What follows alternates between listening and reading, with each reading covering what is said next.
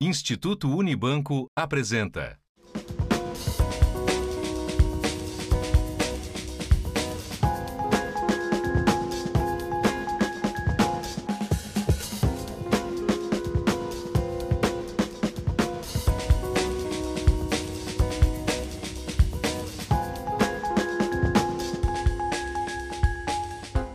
Olá, tudo bem? Seja muito bem-vindo, seja muito bem-vinda. Sala Debate está no ar e olha, já dá para perceber que a gente saiu do estúdio, né? Pegamos a estrada e viemos aqui para Goiânia, capital de Goiás. Sabe para quê?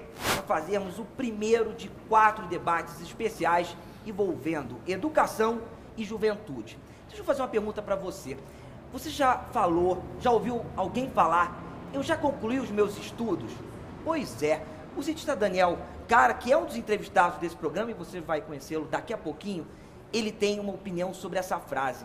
Ela acabou sendo mudada, o contexto dela acabou sendo mudado com o passar do tempo. O jovem antes queria somente o canudo do 3º ano, do ensino médio, e estava tranquilo, estava tudo ok. Agora, as pretensões são muito diferentes. Os jovens querem, de acordo com o Daniel e com muitos outros pesquisadores, a universidade. Isso se reflete em números. Sabe por quê? Ano passado, de acordo com o Ministério da Educação, 900 mil jovens, ou melhor, mais de 900 mil jovens se formaram no Brasil em diferentes cursos. Então, partindo dessa premissa, partindo dessa realidade, eu faço algumas perguntas que vão estimular e que vão permear todo esse nosso debate. Será que a universidade, e olha só, hein, menos de 20% dos jovens entre 18 e 24 anos vão para a universidade, hein? Mas será que a universidade é o único caminho para os jovens do Brasil? Será que os jovens que estão, seja no campo, na periferia, nas pequenas cidades, nos centros das grandes metrópoles, eles pensam da mesma forma, eles querem a mesma coisa? E uma terceira pergunta, e também importante, é: será que os jovens precisam ir para os grandes centros para poderem ter uma educação, seja ela de qualidade, seja ela para fazer uma formação diferente daquelas tradicionais? Essas perguntas estarão aqui no Sala Debate. Trouxemos para esse debate especial, que é promovido pelo Canal Futura e pelo Instituto Unibanco, em parceria com as Secretarias de Educação dos governos de Goiás, Ceará, Pará e Rio de Janeiro, 3 feras no assunto. Quero começar com o Daniel Cara, que é coordenador geral da campanha nacional pelo direito à educação. Daniel, obrigado pela sua vinda. Seja muito bem-vindo. Obrigado pelo convite. Bom, aqui do meu ladinho temos o professor Carlos Martins Alves, que é professor de História e também de Filosofia do Colégio Estadual Mansões Paraíso. Professor, obrigado por você ter vindo, tá? Também obrigado a vocês, é um prazer estar participando aqui. E nesse momento, né, estar com uma plateia tão legal, né, que é estudantes ao qual eu já tenho tanta familiaridade, e voltar aqui a essa escola depois de algum tempo, que na época, quando estudante, eu estive aqui num congresso para a gente tomar algumas decisões, num período em que nós estudantes, e ainda espero que isso possa estar acontecendo, temos uma juventude combativa e que se preocupe em ter uma educação de qualidade para todas as pessoas. E é exatamente isso que a gente vai discutir também aqui no Sala Debate de hoje. Terceira convidada, aqui o bendito fruto entre nós, Jéssica. Me diz o seguinte: Jéssica Lohane Reis Gonçalves, ela tem 19 anos, olha que barato. Ela cursa licenciatura em Educação do Campus na Universidade Federal de Goiás, lá em Goiás, que era a antiga capital do estado de Goiás. Pegou 2h30 para estar aqui com a gente. Tudo bem? Tudo jóia. E é um prazer imenso ter sido convidada para estar aqui representando não só o meu curso de licenciatura no campo, mas também toda a juventude, né, da área rural que está nos assentamentos e acampamentos. Estou muito feliz de estar aqui. Seja bem-vinda, tá? Obrigada. Você está em casa. E eu quero agradecer a vocês. Quero agradecer a vocês que vieram aqui nos acompanhar e também participar desse debate. Não fiquem quietinhos e quietinhas não, hein? Participem, porque é feito para vocês também. Beleza? Combinado? Vou começar com aquela primeira pergunta que abriu o programa de hoje. Vou começar por você, Jéssica. A universidade é o único caminho? Eu acho que não é o único caminho, em vista que a juventude, o nosso foco é a universidade, né? Em busca de uma melhor formação e informação. Assim, os cursos também que estão abaixo da universidade são muito importantes. Acho que é o primeiro caminho, o primeiro passo, assim como o ensino médio é o primeiro passo para a universidade. Assim que a universidade é considerado o melhor dos caminhos, mas não é o único. Acho que tem que ter mais portas, tem que ter mais projetos, tem muitos cursos técnicos que hoje abrem portas, né, para aqueles que ainda não concluíram o ensino médio, mas que vai em busca de uma boa formação. Daniel, você vê, de acordo com o INEP 2013, o total de alunos na educação superior no Brasil já ultrapassou 7 milhões. Sim. Ou seja, está caminhando a passos largos para que o canudo seja cada vez mais valorizado. Você concorda com a Jéssica? Quero a sua opinião sobre a universidade ser o único caminho. Eu concordo com a Jéssica. É importante entender o porquê que a universidade é o caminho. A universidade é o caminho porque os jovens eles querem ter uma vida boa, eles querem ter uma vida feliz, eles querem se realizar. E hoje o mercado de trabalho acaba exigindo a formação universitária, em que pese o fato de que muitas vezes os cursos universitários não são bons. Por que exige a universidade? Porque o mercado de trabalho tem que selecionar. Quer dizer, você tem muitos jovens, você tem uma grande quantidade de profissionais disputando uma vaga no mercado de trabalho, o mercado tem que selecionar esses jovens. Então, acaba que a universidade passa a ser um critério. Qual é a questão? A questão é que uma coisa é o sonho do jovem, a necessidade de fazer o curso superior. Outra coisa, e aí isso é bastante importante ser debatido, é a qualidade do ensino superior no Brasil.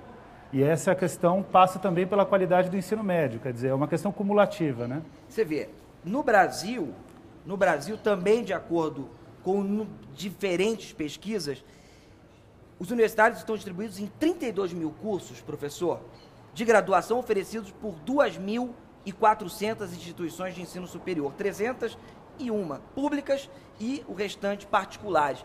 Daniel tocou num ponto interessantíssimo. Quando você vai escolher uma faculdade, eu imagino que muitos de vocês estão com essa escolha de Sofia, como não cair numa roubada, ou seja, como não entrar numa universidade que não seja credenciada pelo Ministério, que não tenha fundamentos básicos para poder passar a informação.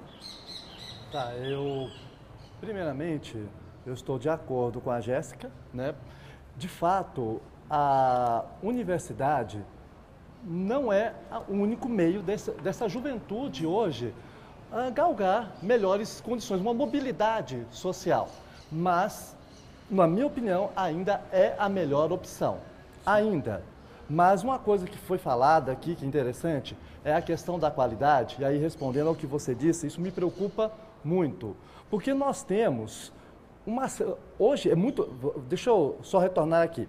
Nós temos hoje, por exemplo, em Goiânia, muitas e muitas instituições. Há 20, 30 anos atrás, se tínhamos 4 ou 5 instituições, era muita. Mas aí o jovem não tinha muitas opções, mas ao mesmo tempo essa questão da qualidade era importante. Mas hoje em dia não. E aí o que acontece? Vemos aí cursos que, sinceramente, algumas instituições elas não possuem nem sequer, a gente sabe que no caso está autorizado pelo MEC. Então, acredito uma coisa, a primeira coisa que o jovem deve fazer é fazer uma pesquisa. Existe um site para você fazer essas verificações. Olhem também com colegas, sabe? Muita gente que está fazendo um curso universitário, que prestou vestibular, eles já têm essa experiência e eles podem indicar melhor qual a universidade que vocês podem ir, além dos próprios professores. Eu, por exemplo, nas escolas onde eu leciono, eu às vezes indico essas universidades e, obviamente, desculpe assim, o protecionismo, eu, enquanto professor de escola pública, eu fui aluno de escola pública a vida toda. E eu iniciei, quando eu falei, olha, eu vou entrar para a universidade pública. E foi o que aconteceu.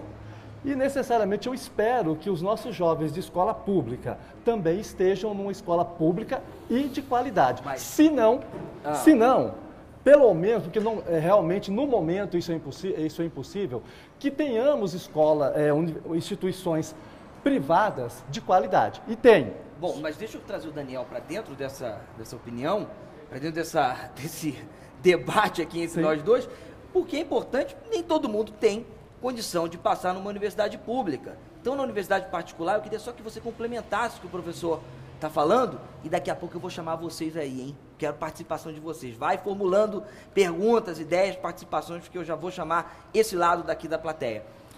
Quero que então, você a nossa preocupação, quando nós construímos o Plano Nacional de Educação, até enfrentando uma certa resistência do governo, foi garantir que as universidades públicas e privadas tivessem metas que as públicas já cumprem, né? Metas de professores doutores, professores com qualidade, que as condições de curso, né? As condições do curso, as condições dos estudantes de cursarem as universidades fossem garantidas. E o ponto central é, essencialmente, o que dá qualidade da educação. Isso é para a educação básica e é para o ensino superior. É o professor.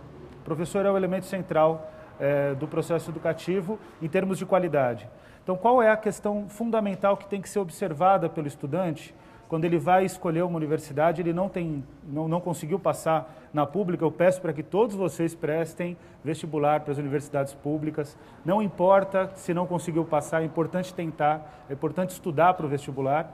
Mas o fundamental para o Enem, né, essencialmente, mas o fundamental é observar qual é o corpo docente da universidade, como os professores são distribuídos em termos de doutorado, em termos de mestrado. É importante observar se aquela universidade ela se preocupa em fazer pesquisa, porque o ensino superior ele é ensino, pesquisa e extensão. O que significa isso? Que a universidade ela tem que fazer o ensino, né, tem que formar graduandos, pós-graduandos, ela tem que garantir obrigatoriamente a extensão, que é uma parceria, uma relação com a comunidade. A universidade é um bem público, então ela tem que colaborar com a sociedade e ela tem que fazer pesquisa, porque é só fazendo pesquisa que ela aprimora a sua forma de ensinar. Então, essa questão é muito importante, observar o corpo docente. E como o professor falou, existem vários guias de estudantes, eles são muito criticados, mas eles acabam dando informação. Agora, a questão central é, conversem com quem está cursando o curso de ensino superior na universidade para saber se ela é boa, se ela é ruim e quais são os desafios. Maravilha, quero participação, prometi e aqui a gente promete e cumpre. Matheus, cadê o Matheus? Levanta rapidinho para eu ver você, Matheus. Opa, Seja tudo bom? muito bem-vindo. Obrigado pela sua participação. Só um segundo, diz primeiro, qual é o seu sobrenome, Matheus? Bom, meu nome é Matheus Antônio. Você tem quantos anos? Eu tenho 16 anos. E, bom, eu vou prestar vestibular esse ano, né? Vou prestar Enem. Eu tenho uma dúvida sobre o Enem. Eu gostaria de fazer essa pergunta. Pois não? É fato que no Brasil, a educação no Brasil não é uma das melhores, não chega nem perto de ser uma das melhores do mundo, certo? E as pessoas, principalmente do interior, onde não tem uma escola que tem tanta infraestrutura, sofrem ainda mais com isso, né? Com essa questão de educação. Eu gostaria de saber se o sistema de avaliação do Enem é justo quanto a isso. Excelente pergunta. Ótimo, certo? Ótima pergunta, obrigado pela sua participação, tá? Valeu mesmo. Antes, Daniel, de passar a bola para você, a Jéssica teve essa realidade. Sim. Ela tá ali no campo, no interior. Como é que foi a sua educação? Como é que você se preparou para as provas do Enem e dos vestibulares? A educação no ensino fundamental, eu acho que é a base para você ter um bom ensino superior. Porque a gente, assim, no campo, tem realmente essa dificuldade em questão da educação. Porque, geralmente, a gente estuda em escolas precárias, quando estuda numa escola no campo. Os professores não são bem formados. Então, assim, a gente procura, quando chega no ensino médio, se esforçar ao máximo para tirar uma boa nota no Enem e procurar a melhor faculdade que tem. Ou seja pública ou particular, mas a nossa preferência realmente é a pública, porque uma particular, na maioria das vezes, a gente não tem nem condições de pagar. Ou seja, a gente procura livros, principalmente livros didáticos, a gente estuda muito os livros, todos os livros que são temas de Enem, a gente procura lê-los. Em grupo, principalmente, porque eu acho que quando a gente estuda em grupo, a gente tem opiniões diferentes. Ou seja, a gente tem uma conversa, um diálogo a mais. Você não vai ter só a sua opinião sobre aquele autor, mas sim várias opiniões. Então, assim, o Enem é uma porta para entrar na faculdade. Só porque as suas provas, na maioria das vezes, eles lançam temas onde os professores têm um certo acesso. Mas igual o tema da redação, é um tema lançado só no dia, a gente só sabe ele no dia. Então isso dificulta muito Assim, porque a gente fica tão preocupado com aquela redação que todo mundo começa a estudar vários temas ao mesmo tempo. E quando chega lá na hora da prova, tem tanta informação na nossa cabeça que a gente não sabe por onde nem começar. Eu acho assim, o Enem é muito bom, ajuda muito, mas assim, ele dificulta essa entrada dos jovens às universidades. Daniel, você quer complementar, mas eu gostaria também de falar Ontem eu estava conversando com a Jaqueline, que é diretora aqui do colégio, e ali fora do colégio eu vou contar também um bastidor para você que está aí do outro lado da telinha. O muro da escola é sempre escrito pelos alunos que se deram bem no vestibular, que passaram, enfim, para alguma universidade, que fizeram o Enem e foram bem na prova. Então ela me contou o comentário da Raulene, eu não sei se a Raulene está aqui, mas ela é estudante do terceiro ano, e ela falou, olha, professora, o que eu quero mesmo é o meu nome no muro. Isso tudo para chancelar o que a gente está discutindo, que o sonho do Canudo, o sonho da universidade, ela não só está na vontade de estudar para poder passar, como também está no muro da escola, mostrando para a rua quem é e quem conseguiu. Complemente, por favor. Bom, primeiro que o Matheus, ele é já um sociólogo. Ele pegou uma questão fundamental do processo de participação dos jovens na universidade, que é o vestibular, ou o processo seletivo, ou o próprio Enem, como um grande exame de seleção. Eu te diria, Matheus, que o Enem, ele é um sistema injusto, mas que entre todos os sistemas injustos, ele talvez seja o mais justo, porque ele já foi aperfeiçoado. Então, é uma injustiça o próprio vestibular, mas que contempla algum critério de justiça, porque o Enem é um exame mais mais pautado pelo raciocínio, diferente do que quando eu fiz o vestibular, que era totalmente conteudista. A gente não tinha nem chance de pensar na prova, né? Era tentar decorar os processos históricos, decorar as fórmulas matemáticas. Então o Enem ele foi aperfeiçoado. Agora, o Brasil tem melhorado, eu sei que é uma questão muito polêmica, mas eu defendi no Congresso Nacional, ele tem melhorado em termos de acesso ao ensino superior quando ele defende políticas de cotas, quando ele defende, e cotas para a educação pública, primordialmente, e depois tem critérios raciais. Então é uma cota primeiramente social e depois uma cota racial. Eu até defenderia a cota racial diretamente, porque existe de fato uma grande desigualdade na universidade. Então a gente está tentando aperfeiçoar as maneiras, a forma de ingresso. Agora, qual é o elemento central? Enquanto as vagas não forem suficientes nas boas universidades, sempre você vai ter um processo que vai ser um processo injusto de seleção de alunos. Eu acho que esse é o aspecto que a gente tem que ter clareza. É preciso que a gente brigue por mais vagas nas universidades públicas. Agora, Daniel, aproveitando esse seu comentário e também trazendo de novo o muro da escola, que é sempre um bom símbolo, lhe pergunto o seguinte: você dá aula de filosofia, que não diretamente cai na prova do Enem. Ela pode estar implícita dentro de uma questão, mas a gente sabe que dentro das últimas 5 provas avaliadas, muito pouco se falou sobre filosofia. Os alunos, quando estão com esse pensamento focado no Enem, somente olhando para a prova, somente pensando em um exame, eles não deixam de lado uma matéria complementar, como é considerada por muitos, como filosofia? Sim, exatamente, né? Isso, infelizmente, acontece.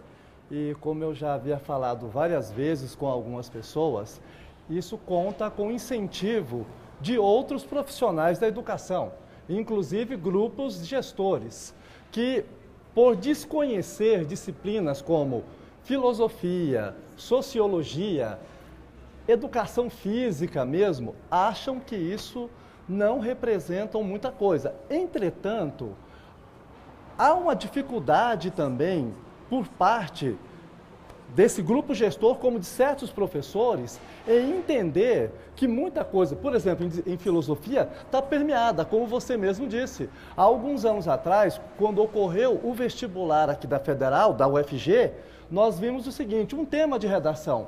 Todo mundo esperando falar corrupção, violência, de repente, sobre o amor nos dias modernos.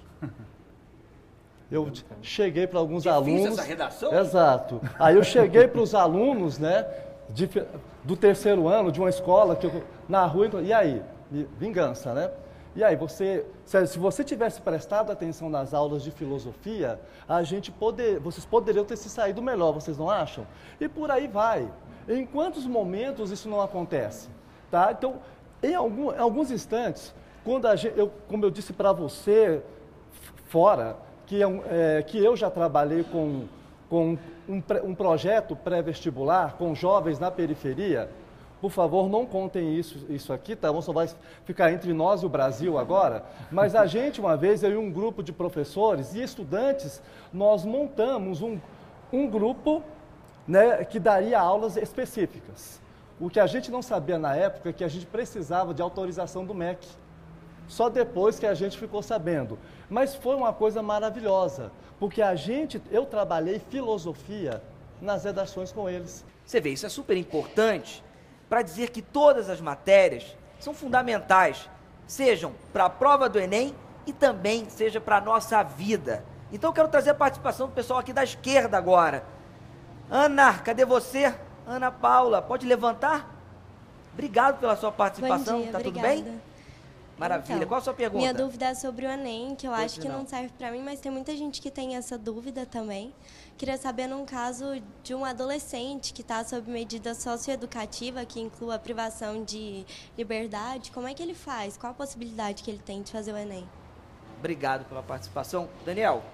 Não, ele tem possibilidade de fazer o Enem. A pessoa que está em medida socioeducativa, o adolescente, ele é um adolescente com todos os direitos e que, portanto, ele pode fazer o Enem. Vai ter uma questão que vai ser debatida, né, com a promotoria, com o sistema de proteção da infância, sobre a forma como ele vai poder cursar ou não a universidade, quais horários. Agora, o que é importante é que é direito, e é direito à educação. E esse direito é um direito que é inalienável, quer dizer, daquele adolescente, daquela pessoa, e a universidade, a escola, o próprio Enem, ele tem que se adaptar a essa realidade. Mesmo pessoas que estão na prisão, pessoas que são mais velhas, que já passaram, já estão no sistema prisional, elas também têm direito de prestar o Enem, e nós temos casos, inclusive, de ex-presidiários que cursaram o Enem e recomeçaram a sua vida. Você vê, quero pegar um dado aqui para dar para vocês. Olha, o CNJ revela o perfil dos 28.467 menores infratores com processos ativos que cumprem atualmente medidas socioeducativas do Brasil. Desse total, 4.546 são internos em estabelecimentos educacionais, 1.656 cumprem internação provisória e 8.676 estão em liberdade assistida. Ou seja, é muita gente que tem que ter esse direito à educação. Jéssica, ficou uma dúvida aqui, igual uma mosca perambulando. Você faz licenciatura em educação. Sim. Por que licenciatura? A gente sabe que existe uma procura que está aumentando, mas ainda é muito pequena no Brasil por esse tipo de educação. Por que licenciatura? A licenciatura, acho que o meu desejo e mais o desejo de mais 45 alunos, que é o total da minha sala, era assim, a gente está cansado de ver essa questão dos jovens da zona rural, da área rural, dos assentamentos, ter uma péssima educação, porque é uma baixa educação realmente que a gente tem nas áreas rurais, e a questão de ver assim, as nossas crianças, os nossos jovens, sair da área rural para estudar numa universidade, na cidade. E assim, a gente está cansado de ouvir, o campo é um lugar onde a gente só vai para lazer, para passear. Mas a gente vê que não é só isso. Eu estou acostumada a lidar com crianças de 7 anos que ainda não sabem escrever nem o próprio nome. Então, a partir do momento que eu escolhi a faculdade de licenciatura, foi realmente pensando nisso. Na questão de voltar para o lugar de onde eu vim, para dar essa educação de qualidade.